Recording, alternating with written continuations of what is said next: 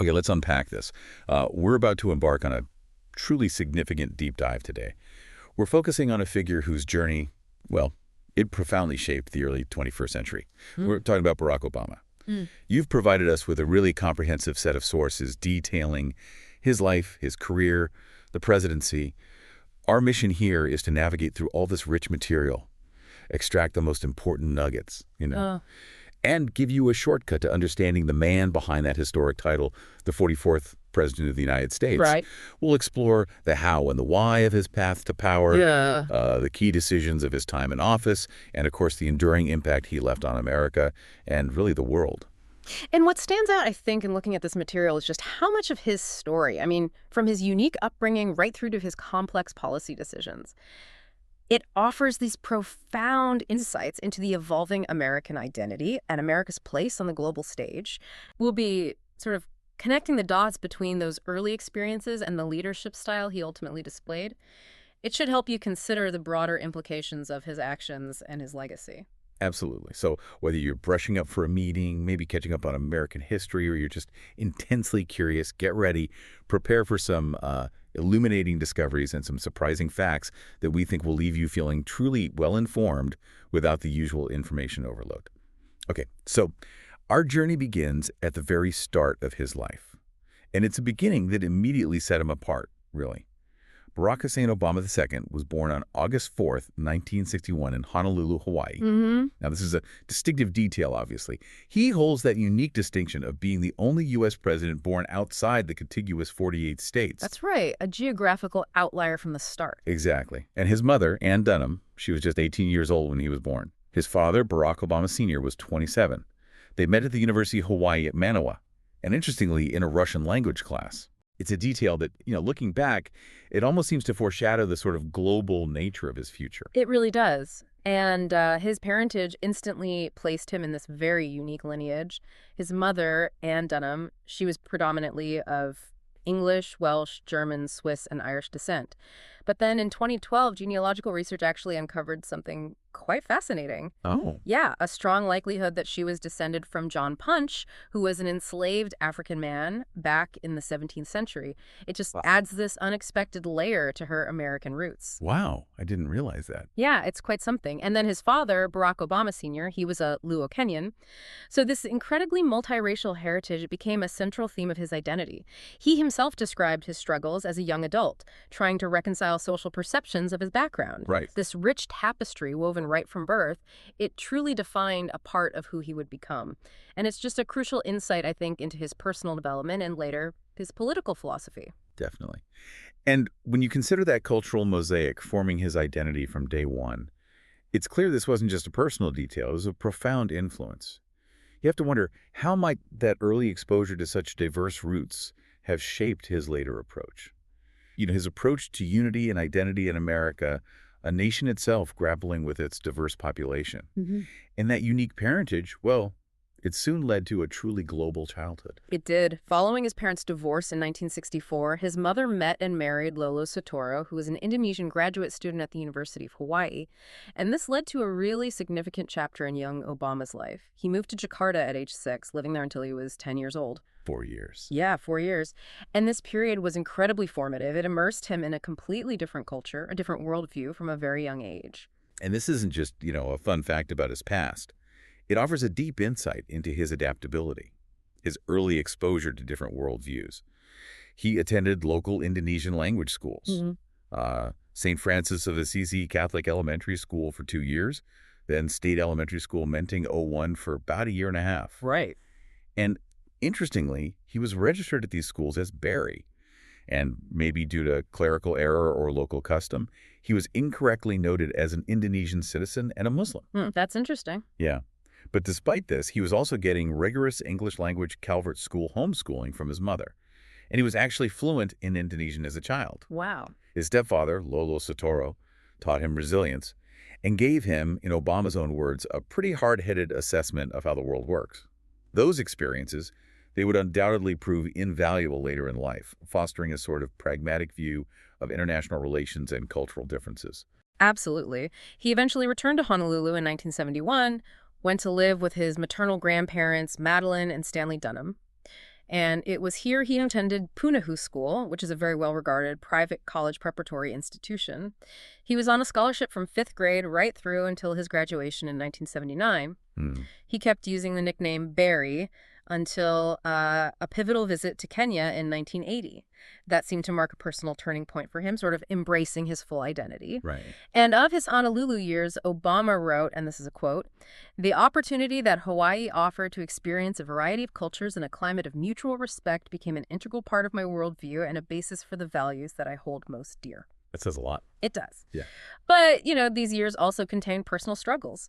He openly acknowledged using alcohol, marijuana, and even cocaine during his teenage years with what he called the Choom Gang.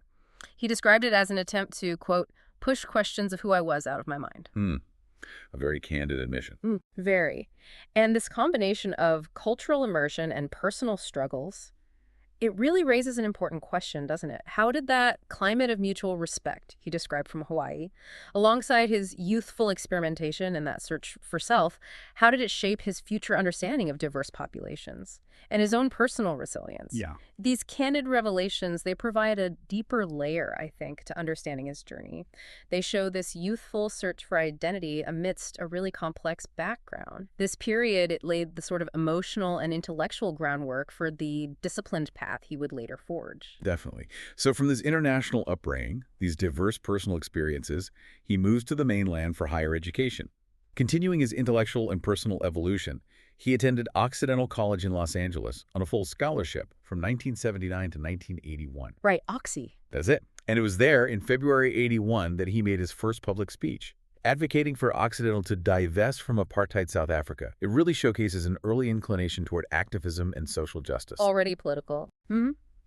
He later transferred to Columbia University in New York City, graduating in 1983, got a Bachelor of Arts degree in political science, specializing in international relations, and also English literature, maintained a notable 3.7 GPA. Impressive. After Columbia, his early career experiences were, well, varied and insightful. They seem to indicate a clear trajectory towards understanding and influencing systems. He worked for about a year as a financial researcher and writer for Business International Corporation. Then as a project coordinator for the New York Public Interest Research Group, NYPIRG, on the City College of New York campus for just 3 months in 1985. Right. These jobs, they seem like more than just employment. They feel like a continuation of his search for purpose, blending his academic interests with practical application and a clear drive towards civic engagement. It's kind of a testament to his intellectual curiosity that he pursued both economic analysis and public interest advocacy so early in his career. Yeah, that blend is key. And it led him directly to a truly transformative period as a community organizer in Chicago. From 1985 to 1988, he served as the director of the Developing Communities Project. This was a faith-based organization comprised of several Catholic parishes on Chicago's South Side. During this time, he wasn't just observing, he was actively building. He helped establish a job training program, a college prep tutoring program, and a tenants' rights organization in Altgeld Gardens, which was a deeply underserved public housing development. Real grassroots work. Absolutely. He also consulted as an instructor for the Gamaliel Foundation, a community organizing institute. And in his memoir, The Audacity of Hope, he revealed something interesting. He said he was not raised in a religious household, but through working with Black churches, he came to understand the power of the African-American religious tradition to spur social change. And this deeply influenced his later adult religious views. It led to his conversion to Protestant Christianity by choice. So this period, it really was a crucible for his political philosophy, forging his understanding of social justice, collective action, and deeply informing his later views on the role of faith in public life. So what can you take away from all this early life stuff? Yeah. Well, from international living and a multiracial family background, right through to community organizing on Chicago's South Side, there's this consistent thread: engagement with diverse communities and a practical desire for systemic improvement. This wasn't just a stepping stone. It was a deeply influential period, shaping his understanding of social justice and collective action. This direct, hands-on experience with community challenges then led him to pursue legal education, which feels like a clear next step, right? To further empower his ability to create change at a broader level. Exactly. Having witnessed firsthand those systemic challenges facing communities, Obama enrolled at Harvard Law School in 1988. And it's notable he actually declined a full scholarship offer from Northwestern University School of Law. Oh, interesting choice. Yeah. His academic prowess quickly became evident. He was selected as an editor of the Harvard Law Review at the end of his first year. Then, in his second year, he made history, became the first black president of the Harvard Law Review. Huge deal. Absolutely huge. An achievement that garnered national media attention and really signaled his remarkable intellectual capabilities and leadership potential within that elite legal academy. He graduated magna cum laude in 1991 with a Juris Doctor degree. And that academic achievement, combined with the early literary success, remember, he got that publishing contract for Dreams from my father, directly from the attention he received at Harvard. It just points to this multifaceted talent. Beyond just law or politics, he was already a compelling writer, a communicator. During his summers at Harvard, he worked as a summer associate at law firms in Chicago. And it was at Sidley Austin in 1989 that he met Michelle Robinson. She was assigned as his advisor. Right. Their meeting at this stage is, well, obviously a pivotal personal anecdote. Shaped his entire future. Absolutely pivotal. After Harvard, Obama returned to Chicago. And there he blended academia with civic engagement in a really interesting way. He taught constitutional law at the University of Chicago Law School for 12 years, from 92 to 2004. First as a lecturer, then as a senior lecturer. 12 years teaching con law. Yeah. This blend of legal academia and grassroots organizing, it gave him this unique perspective, a deep theoretical understanding of constitutional law coupled with that practical experience in civic engagement. And during the same period, from April to October 1992, he also directed Illinois' Project Vote. Right, the voter registration drive. Exactly, a critical campaign that achieved its goal of registering 150,000 of the estimated 400,000 unregistered African Americans in the state. This initiative earned him recognition from Crain's Chicago Business as one of their 40 under 40 powers to be in 1993. So this dual experience, balancing the ideals of constitutional law with the realities of community organizing, you can see how it would deeply inform his approach to legislative policy later on, always seeking to balance those theoretical frameworks with real-world implementation. Absolutely. Having built such a strong foundation, both academically and in community work, Obama was clearly ready to enter the legislative arena, bringing his unique blend of experiences to bear on broader public policy challenges. Okay, so Obama's political career really kicks off in the Illinois State Senate. He was elected in 1996, representing Chicago's South Side, and then re-elected in 98 and 2002. This was his proving ground, really, demonstrating his ability to work within the political system, get tangible results for his constituents, build consensus. And what's particularly illuminating here, I think, is his early demonstration of bipartisan collaboration, even when tackling challenging social issues that often divide politicians. Yeah, that's interesting. For instance, he successfully gained bipartisan support for legislation that reformed ethics and healthcare laws. He sponsored a law that significantly increased tax credits for low-income workers, negotiated welfare reform measures, and actively promoted increased subsidies for childcare things that directly impacted working families. Practical stuff. Very practical. And in 2001, he notably supported Republican Governor George Ryan's comprehensive payday loan regulations and predatory mortgage lending regulations. These were aimed at averting home foreclosures, protecting vulnerable citizens.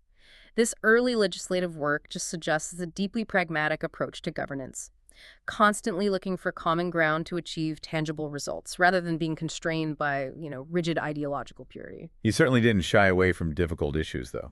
In January 2003, when the Democrats regained a majority in the Illinois Senate, Obama became chairman of the Health and Human Services Committee. In this role, he led the unanimous bipartisan passage of some significant legislation, including a law requiring police departments to record racial profiling data, a crucial step for transparency, accountability, and even more groundbreaking, a law mandating the videotaping of homicide interrogations, made Illinois the first state to do so. That was huge. Absolutely huge. Think about the real-world impact of these reforms. Mandating videotaping of homicide interrogations, for example, that was a monumental step toward transparency and justice in the criminal justice system, directly addressing issues that still resonate profoundly today, like police accountability, wrongful convictions. No question. This early focus on civil rights and systemic justice, it speaks volumes about his priorities and his legislative skill. His clear success in the state legislature, Well, it naturally set the stage for that dramatic leap to the national political arena. Right. Building on that legislative success and his growing profile, Obama formally announced his candidacy for the U.S. Senate in January 2003. He'd actually commissioned a poll back in 2002 to carefully assess his prospects. Smart move. Yeah. And a key stance that immediately distinguished him in this campaign was his vocal and principled opposition to the George W. Bush administration's 2003 invasion of Iraq. On October 2, 2002, the very day President Bush and Congress agreed on the joint resolution authorizing the war, Obama addressed the first high-profile Chicago anti-Iraq war rally, spoke out clearly against the conflict. That was a critical stance. Set him apart early on, especially within his own party. It wasn't just opposition. It felt like a principled stand that resonated with a significant part of the electorate. Foreshadowed his later foreign policy positions, demonstrated an independent, sort of forward-thinking streak. Definitely. He went on to win the Democratic primary in an unexpected landslide in March 2004, which almost overnight transformed him into a rising star within the National Democratic Party. And it led directly to the reissue of his memoir, Dreams from My Father, expanding his reach and his narrative. And if we connect this to the bigger picture, this momentum just built and built, culminating in July 2004 when Obama delivered the keynote address at the Democratic National Convention. The speech. The speech. A powerful articulation of American unity, potential. It was viewed by an astonishing 9 million people, incredibly well received.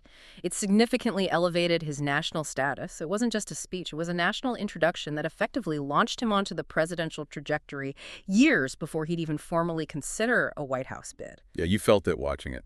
He really did. The power of his oratory was just undeniable, framing him as a voice for unity and hope, themes that would fundamentally define his future campaigns. He went on to win the general election with an astounding 70% of the vote.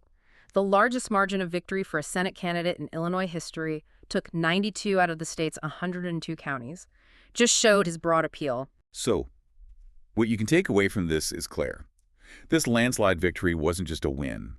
It was a clear signal of his broad appeal, cutting across traditional political divides, a characteristic that would become central to his presidential bids.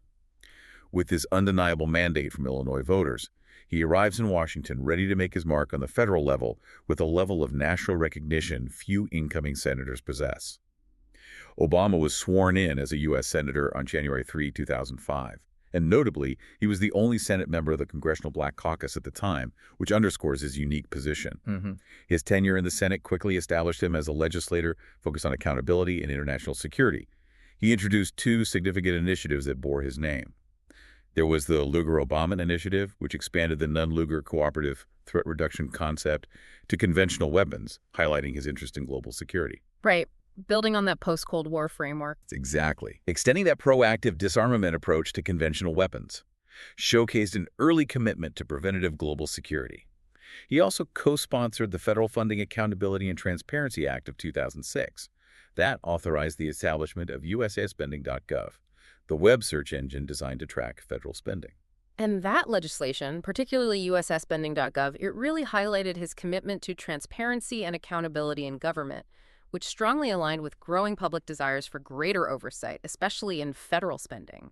It's particularly insightful to see how he collaborated across the aisle even on issues as complex as non-proliferation, building on existing frameworks to address new threats effectively. Yeah. His first primary sponsored federal legislation to actually be enacted was the Democratic Republic of the Congo Relief, Security, and Democracy Promotion Act in December 2006, showcasing an early focus on global humanitarian issues, demonstrating a foreign policy interest beyond traditional great power politics.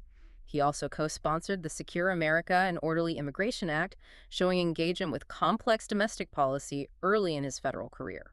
Furthermore, in 2007, he sponsored an amendment to the Defense Authorization Act, added safeguards for personality disorder military discharges, a measure aimed at protecting service members from being unfairly dismissed or denied benefits based on often vague diagnoses. Important work. Yeah.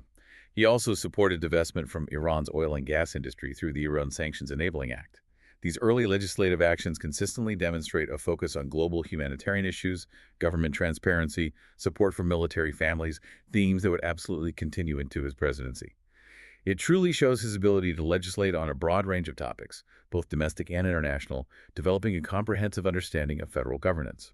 And his committee assignments during this period, they provided him with crucial foreign policy experience that would prove invaluable later. He served on the Senate committees for Foreign Relations, Environment and Public Works, and Veterans Affairs.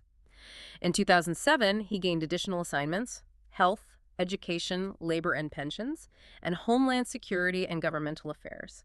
Became chairman of the Senate's Subcommittee on European Affairs. Busy guy. Very. As a member of the Senate Foreign Relations Committee, Obama made official trips to Eastern Europe, the Middle East, Central Asia, and Africa. He met with Mahmoud Abbas before Abbas became president of the Palestinian National Authority, and he gave a significant speech at the University of Nairobi where he notably condemned corruption within the Kenyan government. Didn't hold back. No. This early hands-on engagement with international affairs and his willingness to address sensitive issues like corruption abroad, it signaled an early commitment to good governance beyond U.S. borders and a readiness to engage directly with global leaders and challenges. This robust Senate career, particularly his foreign policy engagement, prepared him remarkably well for the ultimate political challenge, the presidency.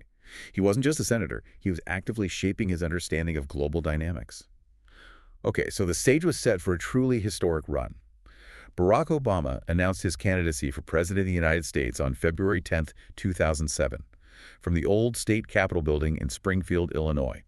Symbolic. Highly symbolic, intentionally linking his campaign to Abraham Lincoln, who delivered his famous House Divided speech from the same location back in 1858, an overt nod to national unity, overcoming division.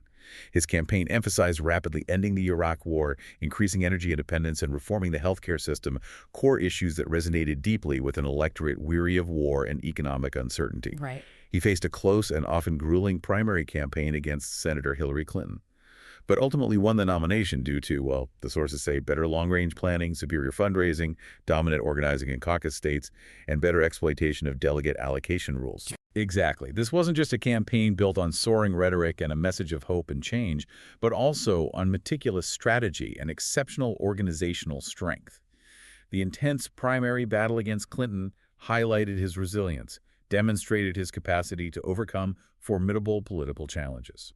And what's truly remarkable about his 2008 campaign is its groundbreaking nature, both in its message and its innovative fundraising approach. He selected Joe Biden as his running mate, a seasoned senator bringing decades of foreign policy experience to the ticket, balancing Obama's relative youth. Good pick. Yeah. His campaign set numerous fundraising records, especially in the quantity of small donations from this vast network of grassroots supporters, demonstrated robust, widespread public enthusiasm, and in a bold, unprecedented move, he became the first major party candidate since 1976 to decline public financing for the general election. Big gamble. Huge gamble. Signaled profound confidence in his ability to raise funds through his broad base of support, unconstrained by federal limits. He delivered his acceptance speech at Invesco Field at Mile High Stadium in Denver, Colorado, to an astonishing crowd of about 84,000 people, millions more watching worldwide. Incredible scene. His extraordinary oratory once again played a pivotal role in captivating such a vast audience, articulating a powerful vision for the country that transcended traditional political divides. Throughout September and October 2008, he engaged in 3 presidential debates against Republican nominee John McCain, holding his own, further solidifying his image as a credible, thoughtful leader. On November 4, 2008, Obama won the presidency, 365 electoral votes to McCain's 173, secured 52.9% of the popular vote. This wasn't just a political victory, it was a profound historic and cultural moment. He became the first African-American to be elected president of the United States, shattering a barrier many believed would remain for generations. Yeah, just a watershed moment. This wasn't merely a political victory. It was a historic, cultural moment that transcended partisan lines, truly reshaped America's self-perception. Think about what this meant for millions across the nation and the world. A palpable sense of hope, a powerful breaking of barriers, a reevaluation of what was possible in American politics. His first term, however, well, it presented immediate and monumental challenges inherited from the previous administration, demanding swift and decisive action from day one. Right, and following that successful first term, Obama launched his re-election campaign on April 4th, 2011, ran virtually unopposed in the Democratic primaries. While perhaps not as dramatic or groundbreaking as his first run, this campaign was really about consolidating his message, defending his policy achievements, and navigating a deeply divided political landscape.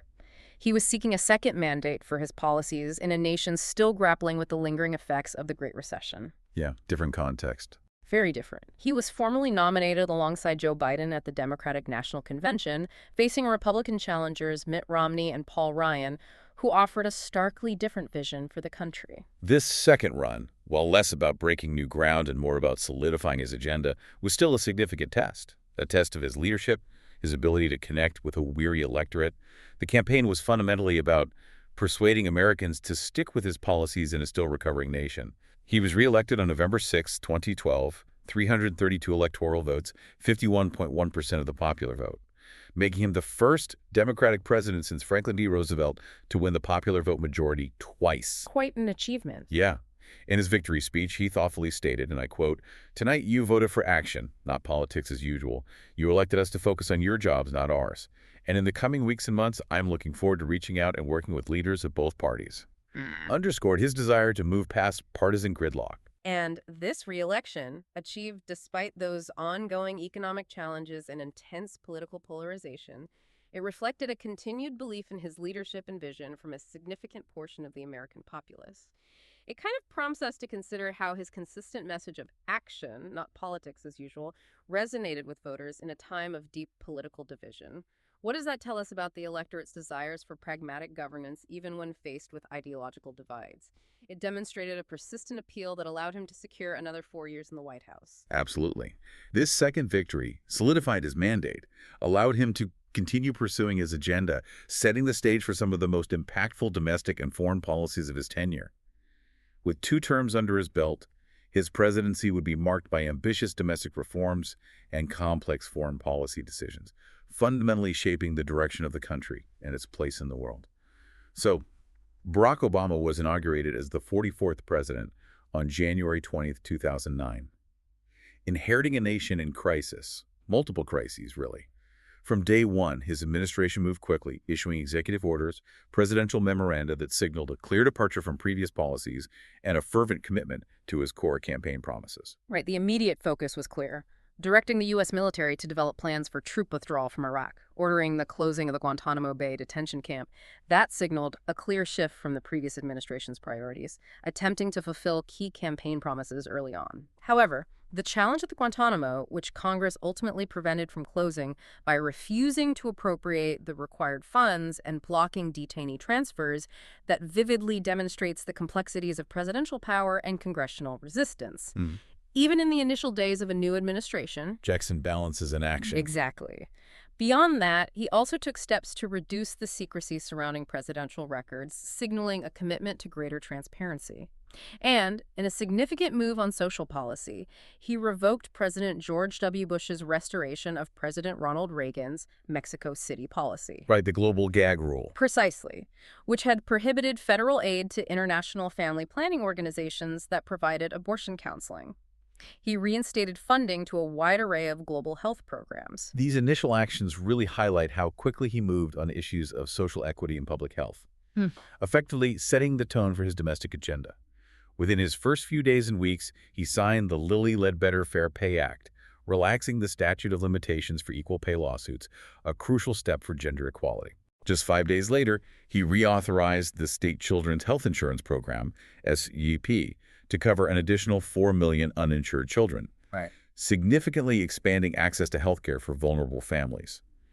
In March 2009, he reversed a Bush-era policy that had limited funding of embryonic stem cell research, pledging to develop strict guidelines on the research, indicating a pro-science approach.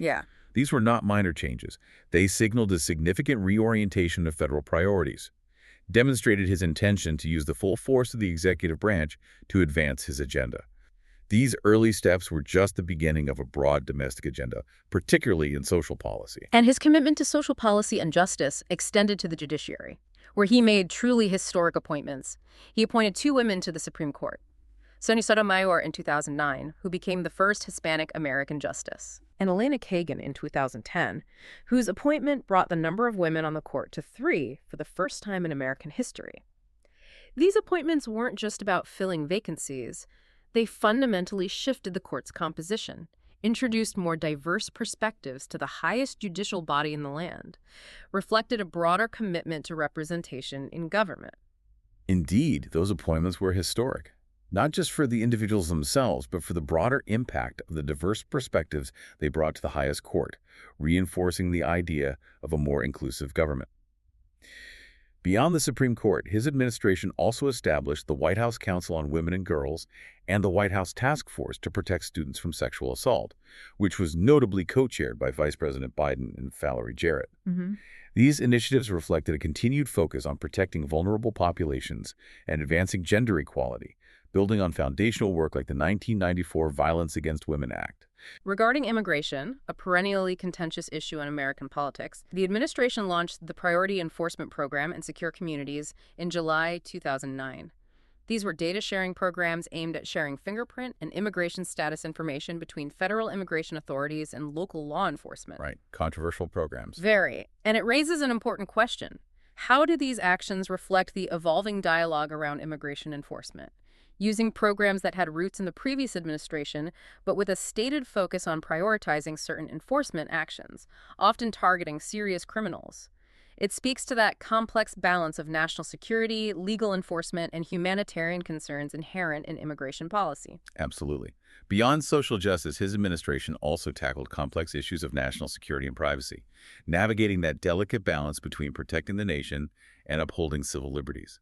In 2011, he signed a 4-year renewal of the Patriot Act, continuing a controversial piece of legislation enacted after 9/11 that expanded government surveillance powers. Right.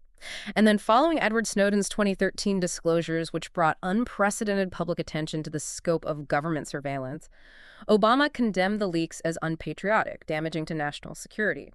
However, he also recognized the need for reform. Publicly called for increased restrictions on the National Security Agency, the NSA, to address privacy concerns. A difficult line to walk. Very. He supported legislation that would have limited the NSA's ability to collect phone records in bulk under a single program. Also advocated for greater transparency for the Foreign Intelligence Surveillance Court, FISC, which oversees requests for surveillance warrants against suspected foreign intelligence agents inside the U.S. While his administration continued and even expanded some Bush-era surveillance programs, he also implemented reforms in an effort to strike a better balance between national security and civil liberties. The compelling aspect here is that complex balancing act between national security and civil liberties that he navigated. He condemned the leaks, but also recognized the need for reforms. Illustrates the ongoing tension and the difficulty of finding a universally accepted equilibrium in these areas. The issue of gun control also became a pressing domestic concern during his presidency, particularly after a series of horrific mass shootings. In response to the tragic Sandy Hook Elementary School shooting in December 2012, Obama signed 23 executive orders and proposed sweeping gun control measures. Yeah, a very emotional time. Absolutely. These included urging Congress to reintroduce an expired ban on military-style assault weapons, imposing limits on ammunition magazines to 10 rounds, pushing for universal background checks on all gun sales, and advocating for harsher penalties for gun traffickers. In a powerful 2016 New York Times editorial, he even compared the struggle for what he termed common-sense gun reform to the women's suffrage and civil rights movements, signaling the profound moral weight he placed on the issue, framing it within the broader context of fundamental rights. The passionate and often intractable debate around gun control highlights the persistent nature of this issue in American society and his direct, often emotional engagement with it. His presidency also saw a complex evolution of discussions around race and LGBTQ+ rights, demonstrating the shifting cultural landscape of the nation. Right. Regarding racial issues, while a study suggests he didn't make more overt references to race relations than his predecessors in his speeches as president, he did implement stronger policy actions on behalf of African Americans than any president since the Nixon era, often through executive action and appointments. Interesting. Yeah. However, that optimistic notion of a post-racial America that many optimistically discussed after his election, well, it quickly faded. Lingering racial tensions became starkly apparent, highlighted by incidents like the killing of Trayvon Martin in 2012, which prompted Obama to deliver that remarkably personal speech saying, "Trayvon Martin could have been me 35 years ago." Powerful moment. Very. The shooting of Michael Brown in Ferguson, Missouri in 2014 and the subsequent rise of the Black Lives Matter movement further underscored these deep-seated issues. showed that his presidency, while historic, certainly did not resolve America's racial challenges. No, it really laid them bare in many ways. His personal response to those events, particularly his empathy for Trayvon Martin, showed a more direct and raw engagement with racial issues than some might have anticipated from the first black president. It demonstrated the ongoing nature of racial challenges, even with an African American in the highest office, and highlighted his unique position to articulate those realities. In terms of LGBT rights, his administration oversaw significant advancements. He signed the Matthew Shepard and James Byrd Jr. Hate Crimes Prevention Act in 2009, expanding federal hate crime law to include crimes motivated by a victim's actual or perceived gender, sexual orientation, gender identity, or disability. In 2009, he also lifted the ban on travel to the U.S. by those with HIV. A major legislative victory was the signing of the Don't Ask, Don't Tell Repeal Act in 2010. That ended the ban on openly gay and lesbian military service, a policy that had been a source of significant controversy for years. By 2016, his administration further ended the ban on transgender people serving openly in the military, marking a progressive shift in military policy. And perhaps most notably, his personal stance on same-sex marriage evolved significantly throughout his career. In 1996, as a state Senate candidate, he publicly favored same-sex marriage. Oh, really? Back then? Yeah. But by his 2004 U.S. Senate campaign, he supported civil unions but opposed same-sex marriage, a position reaffirmed in 2008, reflecting the prevailing political consensus at the time. Then, in May 2012, his views evolved, and he publicly supported same-sex marriage, becoming the first sitting U.S. president to do so. A major moment. Huge. His second inaugural address in January 2013 was also historic, as it was the first to call for full equality for gay Americans. This evolution reflects broader societal changes in views on LGBT rights, and his personal journey on same-sex marriage, from supporting it as a state candidate to becoming the first sitting president to endorse it, is a powerful example of evolving political and personal stances in line with national sentiment, an indicator of the significant shifts that occurred during his tenure, effectively using the presidential pulpit to advance these rights. So what we can take away from this is profound. His administration oversaw significant transformative progress in LGBT rights, moving from policy changes within the military to the highest office publicly supporting same-sex marriage, fundamentally altering the legal and social landscape for these communities. Amidst these sweeping social shifts, the economic recovery from the 2008 financial crisis was a paramount and defining challenge of his presidency, often overshadowing other achievements. His administration inherited an economy in freefall, just on the brink of another Great Depression. To address this, he signed the American Recovery and Reinvestment Act of 2009, a massive $787 billion stimulus package aimed at recovering from the Great Recession. The Recovery Act. Exactly. This package significantly increased federal spending for healthcare, infrastructure projects like roads and bridges, education initiatives, and provided various tax breaks and direct assistance to individuals and states. To stabilize the financial system, Treasury Secretary Timothy Geithner introduced the Public-Private Investment Program for Legacy Assets in March 2009, designed to buy up to $2 trillion in depreciated real estate assets from struggling banks. Toxic assets. Right. The administration also intervened decisively in the troubled automotive industry, renewing loans for General Motors and Chrysler to keep them operating while reorganizing, preventing a catastrophic collapse of a key American industry. This ultimately led to Chrysler's sale to Fiat and the U.S. government taking a 60% equity stake in GM, an unprecedented move. The sheer scale of these interventions was unprecedented since the Great Depression, truly demonstrating the severity of the crisis and the administration's willingness to take bold, if controversial, steps to avert a total economic collapse. The auto industry bailout, though it drew significant criticism at the time as government overreach, is widely credited with saving major American manufacturers and hundreds of thousands of jobs, averting a deeper crisis in the industrial heartland. Yeah, a tough call, but probably necessary. It highlights the proactive, yet often criticized, approach to economic stabilization taken by the Obama administration. Furthermore, in August 2011, he signed the Bipartisan Budget Control Act of 2011. That raised the debt limit while enforcing limits on discretionary spending and creating a bipartisan committee for deficit reduction, demonstrating an attempt to rein in spending while navigating political realities. The economic indicators during his presidency tell a complex story of gradual recovery. Unemployment, a grim marker of the recession's depth, peaked at 10.0% in October 2009. But steadily declined to 7.7% by November 2012 and 6.7% by late 2013. A significant improvement. GDP growth returned in the third quarter of 2009 and expanded at a respectable 2.9% in 2010.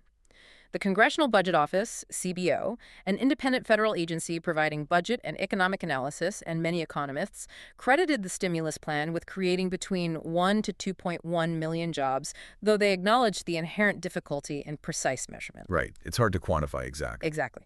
However, a crucial point of debate emerges here.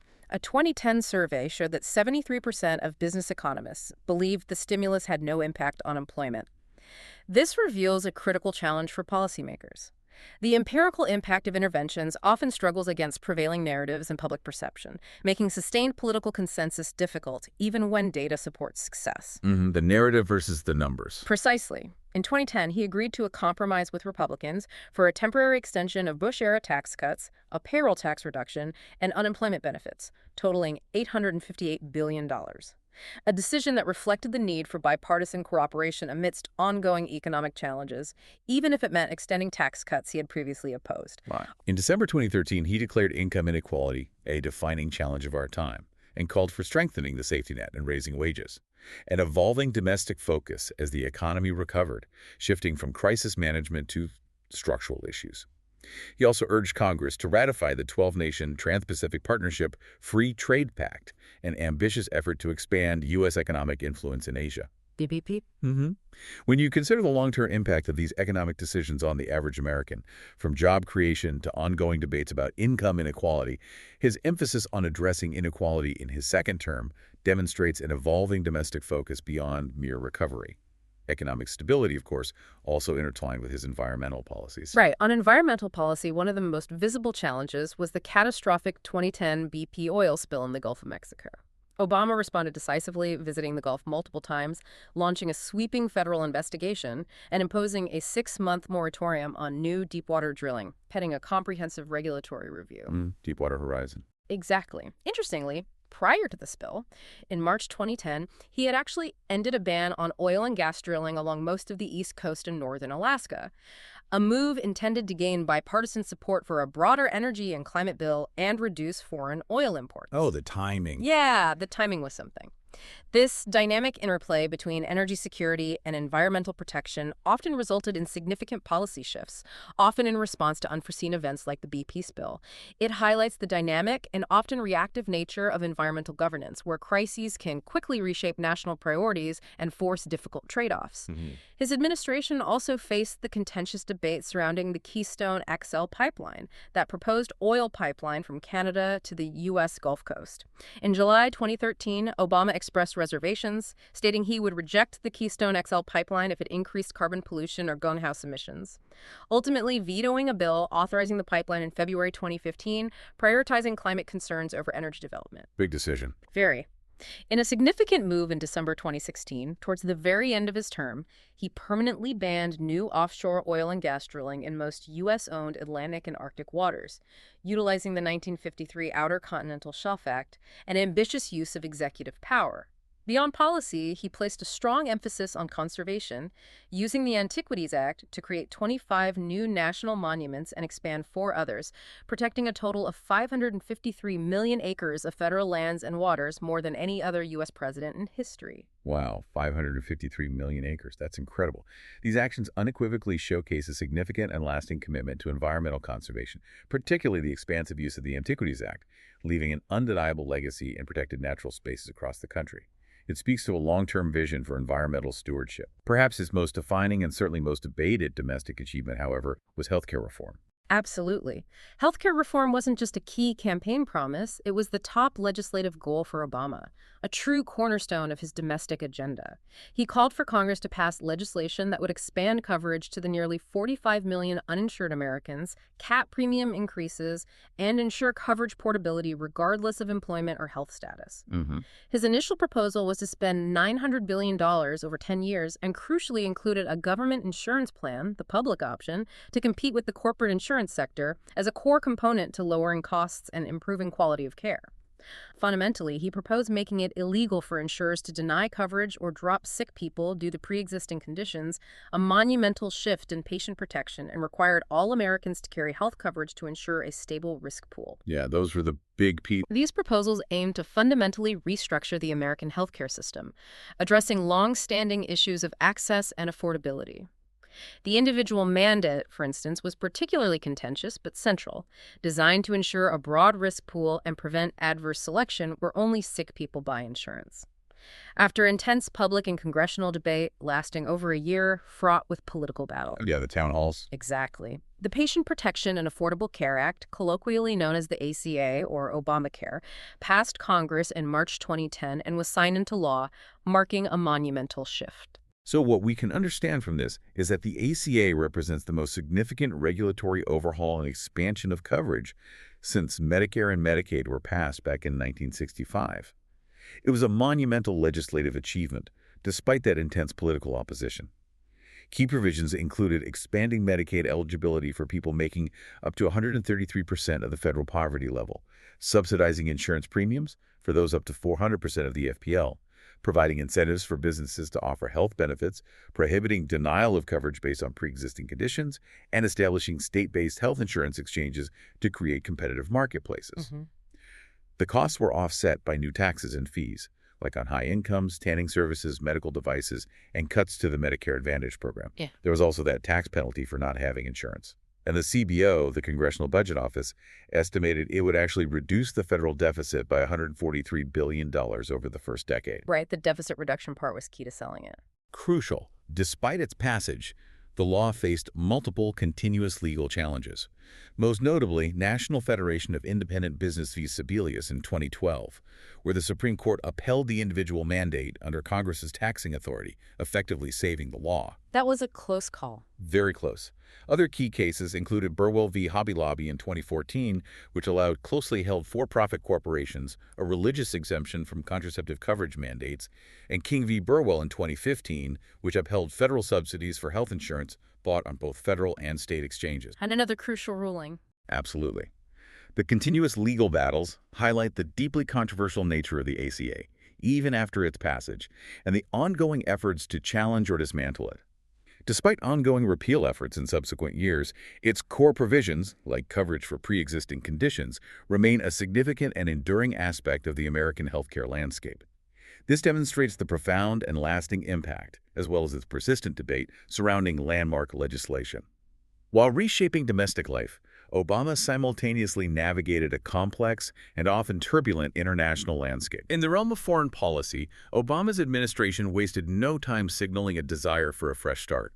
In early 2009, Vice President Joe Biden and Secretary of State Hillary Clinton made separate overseas trips to announce a new era, or reset, in U.S. foreign relations, particularly with Russia and Europe, signaling a clear break from prior confrontational policies. Right, the reset button. Exactly. This was quickly followed by direct and symbolic outreach to the Muslim world.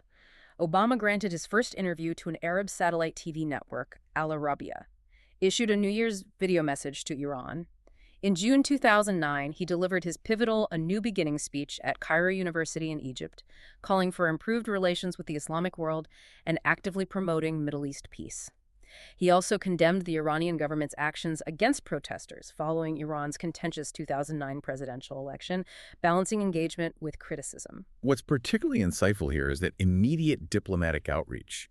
Those symbolic gestures aimed at repairing relationships, setting a new tone, particularly with the Muslim world after years of tension following the Iraq War. It shows a clear intent to re-engage on a global scale, project a different kind of American leadership, one based more on diplomacy and mutual respect. However, the complexities of foreign policy, especially in the context of counterterrorism, quickly emerged. In 2011, Obama ordered a drone strike in Yemen that targeted and killed Anwar al-Awlaki, an American imam suspected of being a leading al-Qaeda organizer. Right, a very controversial move. Highly controversial. Right. As it was the first time a U.S. citizen had been targeted and killed by a U.S. drone strike. Sparked significant controversy over due process, legal authority for such actions against an American abroad. Tragically, al-Awlaki's teenage son and young daughter, also American citizens, were later killed in separate U.S. military actions, though they weren't specifically targeted, further fueling the debate. And this specific use of drone strikes, particularly against U.S. citizens abroad, it really raised an important question for the administration and the public. How did this challenge traditional understandings of warfare and legal accountability?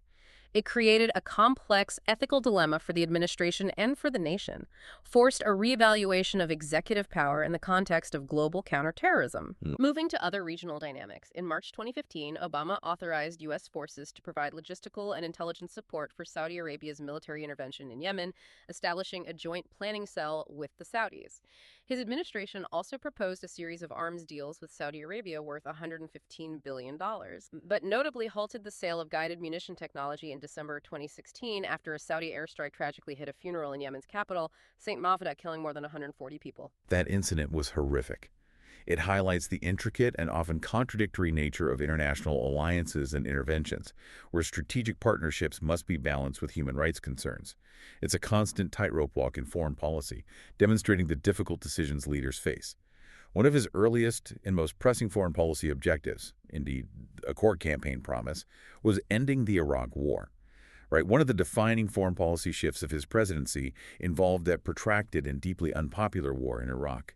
In February 2009, early in his first term, Obama announced that combat operations in Iraq would officially end within 18 months. His administration scheduled the withdrawal of combat troops to be completed by August 2010, systematically reducing troop levels from 142,000 while leaving a transitional force of about 50,000 in Iraq until the end of 2011 to train Iraqi security forces and conduct counterterrorism operations. The advise and assist phase. Exactly. On August 31, 2010, Obama formally declared that the United States combat mission in Iraq was over, a significant milestone. By October 21, 2011, he announced that all U.S. troops would leave Iraq by the end of that year, effectively fulfilling a core campaign promise to bring the war to a decisive close. This action certainly fulfilled a core campaign promise, shifted the U.S. role from direct combat to counterterrorism in the training, equipping, and advising of Iraqi security forces. And it's insightful to observe how quickly and methodically he acted on this, demonstrating a clear commitment to ending a protracted conflict that had become deeply unpopular at home. However, the swift withdrawal from Iraq was complicated by the unforeseen rise of a new and brutal threat. Following ISIL's capture of Mosul in June 2014, a significant strategic setback for Iraq. Obama sent 275 troops to provide support and security for U.S. personnel and the U.S. Embassy in Baghdad. In August 2014, amidst the horrific Sinjar massacre of the Yazidi people, he ordered targeted U.S. airstrikes against ISIL. Right, the rise of ISIS. Exactly. By late 2014, 30,100 U.S. ground troops were committed to the renewed conflict in an advisory role, supported by 16,000 air sorties.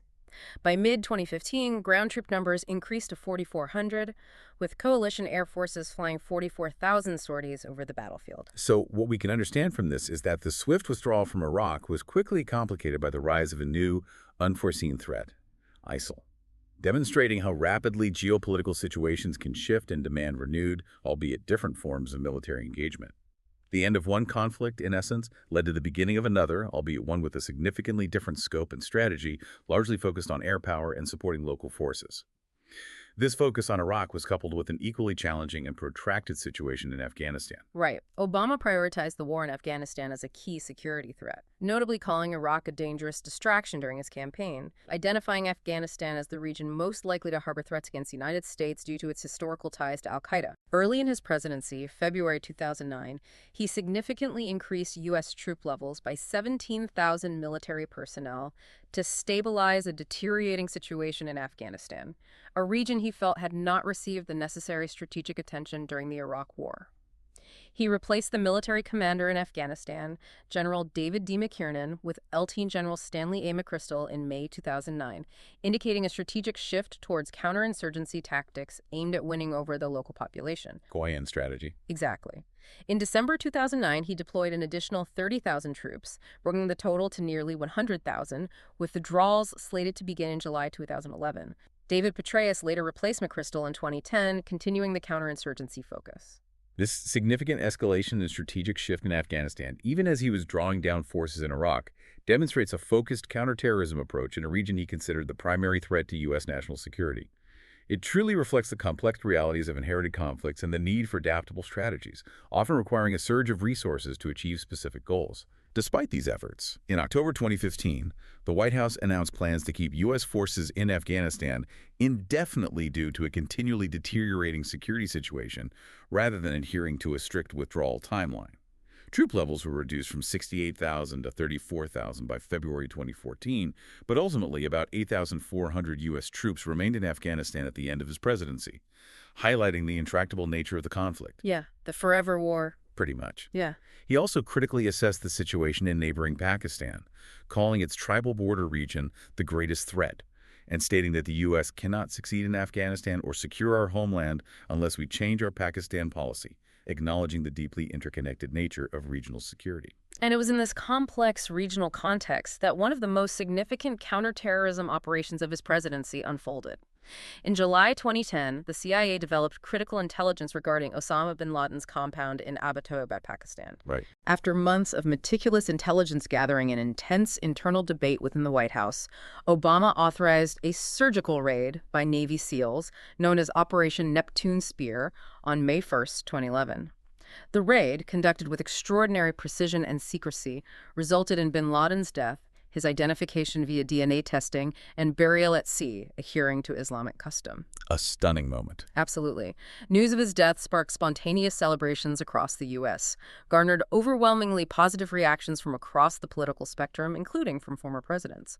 This successful operation, a significant victory against the architect of 9/11, both validated his counterterrorism strategy and provided a critical moment of national unity and a profound sense of closure for many Americans. It was a truly defining moment of his first term. Yeah, the meticulous planning and execution of the bin Laden raid highlight the high-stakes nature of modern counterterrorism, and its swift, decisive outcome provided a profound moment of closure for many Americans, uniting the nation in a way few other events could.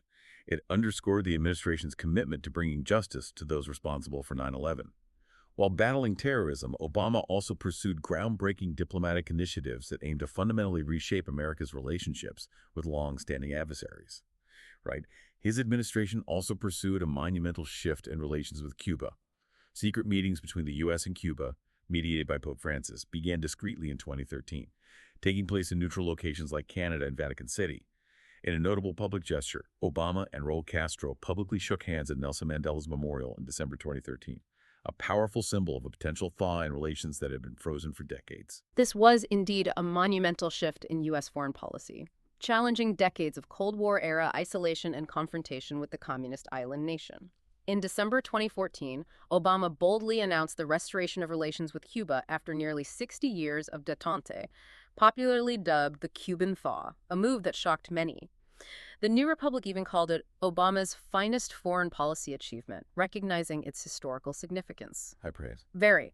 Formal diplomatic relations resumed in July 2015, with embassies opening in Washington and Havana for the first time in decades. Obama himself visited Havana in March 2016, becoming the first sitting U.S. president to do so since Calvin Coolidge back in 1928, a profound gesture of reconciliation. It's fascinating how quiet diplomacy and the intervention of the Vatican facilitated such a historic breakthrough, demonstrating a willingness to re-engage with long-standing adversaries and chart a new path beyond outdated political paradigms. While reaching out to Cuba, the relationship with Israel remained complex and multifaceted. Characterized by both strong strategic alliances and diplomatic disagreements, the U.S. notably increased military cooperation with Israel, including significant aid in the reestablishment of joint military groups, funded the Iron Dome program, a critical missile defense system, in response to rocket attacks from Gaza. Strong security ties. Definitely. However, Obama also took a public stance against Israeli settlement building in East Jerusalem in 2010. And the U.S. notably vetoed a UN Security Council resolution condemning Israeli settlements in 2011, though it did so carefully. He supported a two-state solution based on 1967 borders with mutually agreed-upon land swaps. And in a significant speech in 2014, even likened Zionism to the U.S. civil rights movement, seeking common ground. Trying to bridge divides. Exactly. This delicate balance was further tested when he faced harsh criticism from Israel, particularly from Prime Minister Benjamin Netanyahu, for advocating and signing the Iran nuclear deal in 2015, which Netanyahu vehemently called dangerous and bad. A major point of contention. Huge. In a controversial move in December 2016, during the final weeks of his presidency, the U.S. abstained from UN Security Council Resolution 2334, which explicitly condemned Israeli settlement building, allowing it to pass, and again drawing strong criticism from Netanyahu. What this ultimately illustrates is that the relationship with Israel under Obama was complex, balancing strong military support and shared security interests with diplomatic disagreements over settlement policy and the Iran nuclear deal, showcasing the nuanced challenges of Middle East diplomacy and the inherent tensions between even close allies with differing strategic priorities. The Arab Spring also brought new crises to the region, notably in Libya and Syria, which presented their own unique foreign policy dilemmas. Right. The Arab Spring uprisings presented truly complex challenges for the Obama administration, particularly in Libya and Syria. In February 2011, protests against Muammar Gaddafi in Libya quickly escalated into civil war, leading to widespread calls for a no-fly zone from around the world to protect civilians. In response to the passage of UN Security Council Resolution 1973, Obama approved a multinational coalition, primarily led by France and the UK, with crucial U.S. support to conduct airstrikes and enforce the no-fly zone, arguing it was a humanitarian intervention. Leading from behind. That was the phrase used, yes. NATO later took over leadership of Operation Unified Protector. However, this intervention was not without its critics. Some in Congress questioned Obama's constitutional authority for military action without specific congressional approval. In 2016, Obama himself reflected on the aftermath, calling it a mess and the worst mistake of his presidency, expressing regret about the lack of preparation surrounding the days following the government's overthrow, acknowledging that the intervention achieved its immediate goal but failed in post-conflict stabilization. A candid self-assessment. Right. Very. It highlights the painful lessons learned from intervention and the unpredictable nature of regional conflicts when a long-term plan for the vacuum is not fully in place. The Syrian civil war presented an even more protracted and agonizing challenge. In August 2011, Obama called for President Assad to step aside as a violent crackdown on protesters escalated into full-blown civil war. He authorized CIA and Pentagon programs to train anti-Assad rebels starting in 2012, though the Pentagon program was notably abandoned in 2015 due to its failure to produce effective fighting forces. After a horrific chemical weapons attack blamed on the Assad government in Ghouta in August 2013, Obama chose not to enforce his previously stated red line with military action, despite intense pressure from allies and within his own administration. Instead, he pursued a Russia-brokered deal for Assad to give up his chemical weapons stockpiles, though chlorine gas attacks tragically continued, underscoring the limitations of such agreements.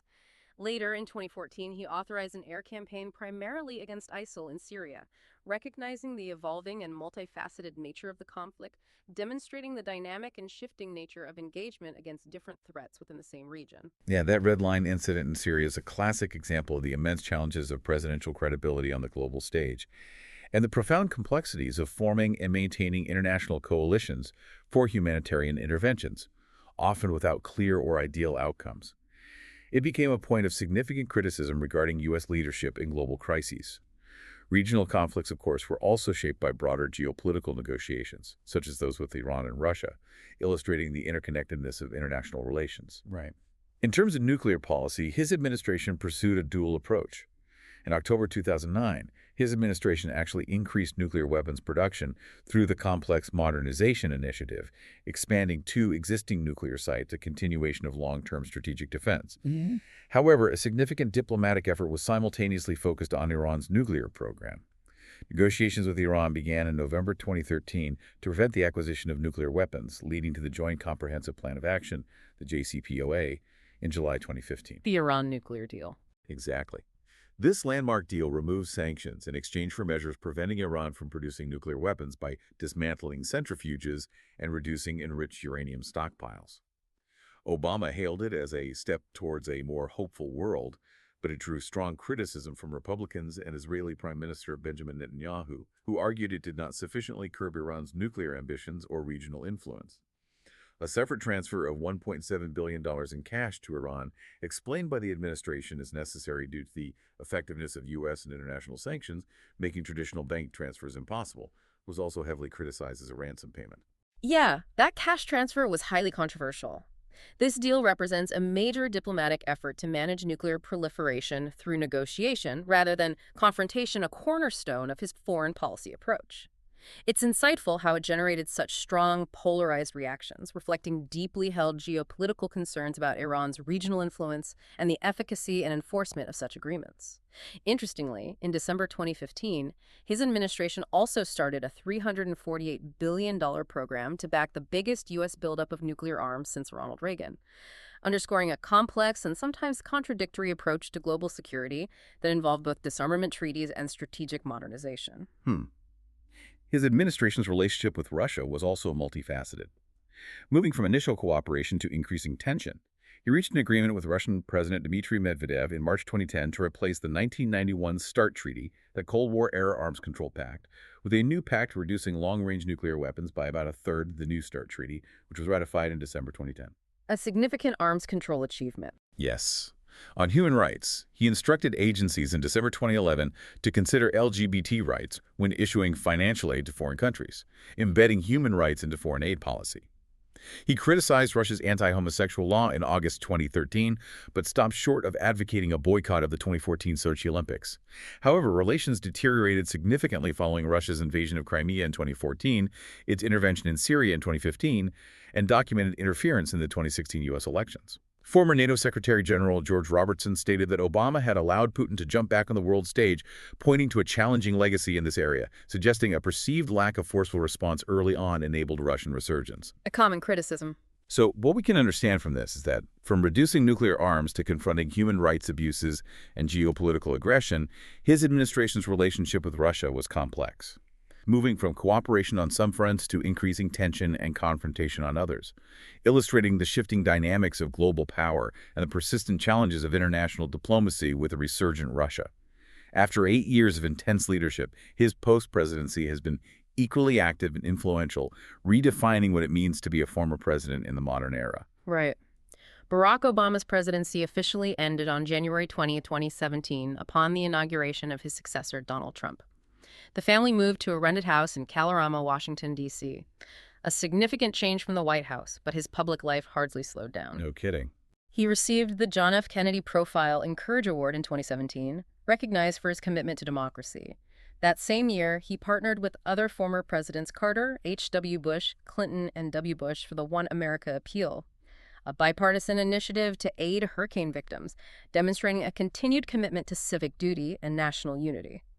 In October and November 2017, he hosted the inaugural Obama Foundation Summit, which he intended to be the central focus of his post-presidency.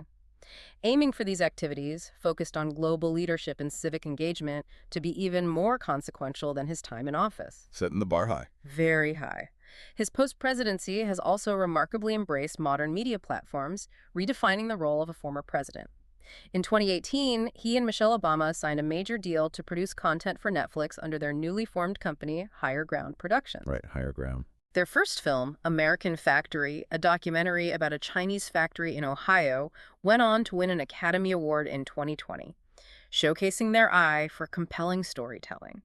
That same year, he released his highly anticipated presidential memoir, A Promised Land, became a massive bestseller, later won an Audio Publishers Association Award for narration in 2022, further showcasing his enduring talent as an orator and writer. Still got it? Definitely. Politically, he remained influential, endorsed his former vice president, Joe Biden, in the 2020 presidential election, and notably criticized President Trump's handling of the COVID-19 pandemic, calling his response an absolute chaotic disaster, a rare direct criticism of a sitting president from a predecessor. Yeah, that raised eyebrows. It did. In 2021, he expanded his media ventures by starting a podcast, Renegades, Born in the USA, with musician Bruce Springsteen, delving into their backgrounds, shared values, love for America, exploring themes of masculinity, race, identity. Interesting pairing. It was. He made his first return to the White House in April 2022 to celebrate the 12th anniversary of the Affordable Care Act, underscoring its importance to his legacy. And again in September 2022 to unveil his and Michelle's official portraits, a traditional ceremony for former First Families. He also won a Primetime Emmy Award for Outstanding Narrator for his work on the Netflix documentary series Our Great National Parks in 2022, adding to his collection of accolades. You go watch. Getting closer. On judicial matters, he publicly opposed expanding the Supreme Court beyond 9 justices in 2022, weighing in on a contentious political debate. He continued his international engagement with a speaking tour in Australia in March 2023, reportedly earning over $1 million for just 2 speeches, demonstrating his continued global draw. Later that year, October 2023, during the Gaza war, he stated that Israel must dismantle Hamas, but also wisely warned Israel that its actions could harden Palestinian attitudes for generations and ultimately backfire, showcasing his continued nuanced engagement with complex global issues. Still weighing in. In 2024, he reportedly expressed concerns about Biden's re-election viability, endorsed Kamala Harris after Biden's withdrawal, and actively campaigned for her, maintaining his role as a key figure in Democratic politics. He even attended Donald Trump's second inauguration in January 2025, upholding the tradition of peaceful transfer of power. What's truly compelling here is how his post-presidency has been uniquely active and adaptive, blending traditional former president roles like public service, memoirs, bipartisan initiatives with cutting-edge modern media ventures. All the while, he remains a vocal political commentator and influential figure on both domestic and international stages. It forces you to think about the evolving role of a former president in the digital age and how he's leveraged various platforms to continue his work and influence, essentially redefining what a post-presidency can look like. Yeah, it's a new model. Barack Obama's public image and enduring legacy are undeniably complex and multifaceted, subject to ongoing historical debate. His family history, unique upbringing, Ivy League education differed markedly from those of many earlier African-American politicians who rose to prominence through the civil rights movement, leading to those questions about whether he was black enough. Right, that was a recurring theme. He openly acknowledged these questions, famously telling an August 2007 meeting of the National Association of Black Journalists that we're still locked in this notion that if you appeal to white folks, then there must be something wrong. Frequently spoke about passing the torch to a new generation. He has consistently been recognized as an exceptional orator, a skill that deeply resonated with the public, became a hallmark of his political persona. His job approval ratings fluctuated throughout his 2 terms, reflecting the dynamic political environment he navigated. He began his presidency with a robust 68% approval rating, benefiting from widespread hope and the immediate need for strong leadership. Remained above the majority level until November 2009. He experienced a brief bounce after Osama bin Laden's death in 2011, a moment of national unity. But his ratings dipped to a low of 38% at various points in late 2011 and 2013, coinciding with economic anxieties and political gridlock, before recovering to a final approval rating of 59% at the end of his term in January 2017. Pretty solid finish. Yeah, placed him on par with respected presidents like George H.W. Bush and Dwight D. Eisenhower in final Gallup ratings. This fluctuation highlights how public perception, both domestic and foreign, shifts throughout a presidency. Often influenced by specific events, ongoing policy debates, the Nobel Peace Prize, awarded only 9 months into his first term for his extraordinary efforts to strengthen international diplomacy and cooperation between peoples, illustrates the early global hope placed upon him, while also drawing criticism about the timing and perceived lack of concrete achievements at that nascent stage of his presidency. Right, the timing was controversial. Polls consistently showed strong foreign support for Obama both before and during his presidency, reflecting his positive global image. He is widely described as one of the most effective campaigners in American history, particularly his 2008 campaign, and certainly one of the most talented political orators of the 21st century. Historian Julian Zelizer credits him with a keen sense of how the institutions of government work and points to significant policy successes like the economic stimulus package that helped end the Great Recession, the Dodd-Frank financial reforms which provided new oversight for the banking industry, and the Affordable Care Act. Right. However, Zelizer also notes a defining paradox of his presidency. While an effective policymaker, the Democratic Party lost significant power and elected officials during his term, both in Congress and at the state level. Yeah, that's a key point of analysis. The Brookings Institution, for its part, offered a more tempered assessment, noting only one major legislative achievement, Obamacare, and a fragile one, suggesting his legacy rests significantly on its tremendous symbolic importance in a patchwork of executive actions. David W. Wise offered a more critical view, calling his legacy that of a disappointingly conventional president, arguing he fell short on issues like the continuation of drone strikes and not sufficiently targeting big banks during the Great Recession, instead focusing on stabilization. Different perspectives. Exactly. What we can understand from these very perspectives is that the assessment of his legacy is complex and multifaceted, acknowledging both significant policy achievements and challenges, reflecting differing perspectives on what constitutes presidential success and impact. Despite these varied assessments, his most significant accomplishment is generally considered to be the Affordable Care Act, the ACA, which represented the U.S. healthcare system's most significant regulatory overhaul and expansion of coverage since Medicare and Medicaid back in 1965. Hard to argue with that centrality. Yeah, he is largely credited with averting a threatened depression and pulling the economy back from the Great Recession, with 11.3 million jobs created from the month after his first inauguration to the end of his second term. He also signed the Dodd-Frank Wall Street Reform and Consumer Protection Act, bringing the most significant financial regulation changes since the Great Depression, aiming to prevent future collapses by increasing oversight, creating consumer protection, and establishing a process for dissolving failing institutions without taxpayer bailouts. In terms of social justice, he significantly advanced LGBT rights with the Don't Ask, Don't Tell Repeal Act and ending the ban on transgender military service. However, his administration also saw a substantial escalation in the use of drone strikes, with the U.S. dropping 26,171 bombs in 7 countries in 2016, a controversial aspect of his counterterrorism strategy. Yeah, the drone program expanded significantly. It did. On a more positive note for criminal justice reform, federal custody inmates declined by 5% during his tenure, the largest decline since Jimmy Carter. Human Rights Watch, however, in a comprehensive report called his record mixed, acknowledging both advances and persistent concerns. His presidential library, the Barack Obama Presidential Center, is planned for Jackson Park on the south side of Chicago, poised to serve as a lasting institutional reflection of his time in office and a hub for community engagement. So when you consider how these specific metrics, job creation, healthcare access, LGBT rights, military actions, criminal justice paint a comprehensive picture of his impact, it's clear that future generations will continue to debate and understand his profound 8 years in office through many different lenses. #tag outro. Well, we've taken a truly deep dive into the extraordinary life and presidency of Barack Obama. From his unique upbringing in Hawaii and Indonesia, shaped by diverse cultural influences and personal challenges, through his rapid rise in Illinois politics, to his historic 2 terms in the White House, tackling everything from a global recession and groundbreaking healthcare reform to complex international relations and the hunt for Osama bin Laden. We've seen a leader shaped by diverse experiences, driven by a vision of change, and leaving a multifaceted legacy still being debated and understood today. And what's truly illuminating, I think, in reflecting on this deep dive is the sheer breadth of his impact, both domestically and globally.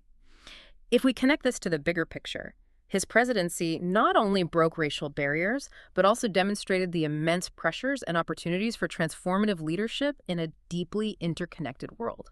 He often faced difficult compromises, was forced to balance competing values, leaving us with this rich tapestry of policy and precedent, which prompts an important question for you to consider. Yeah, considering the sheer scale of the challenges he faced, from economic collapse to global terrorism and the deeply personal journey that brought him to the highest office, what singular experience or decision from his life do you believe most profoundly prepared him or perhaps even constrained him in the moments that defined his presidency? Good question. Something to think about. Thank you for joining us on this deep dive. We hope this has provided you with clarity, context, and some truly compelling insights into a pivotal figure in modern American history. Until next time, keep digging, keep questioning, and keep learning.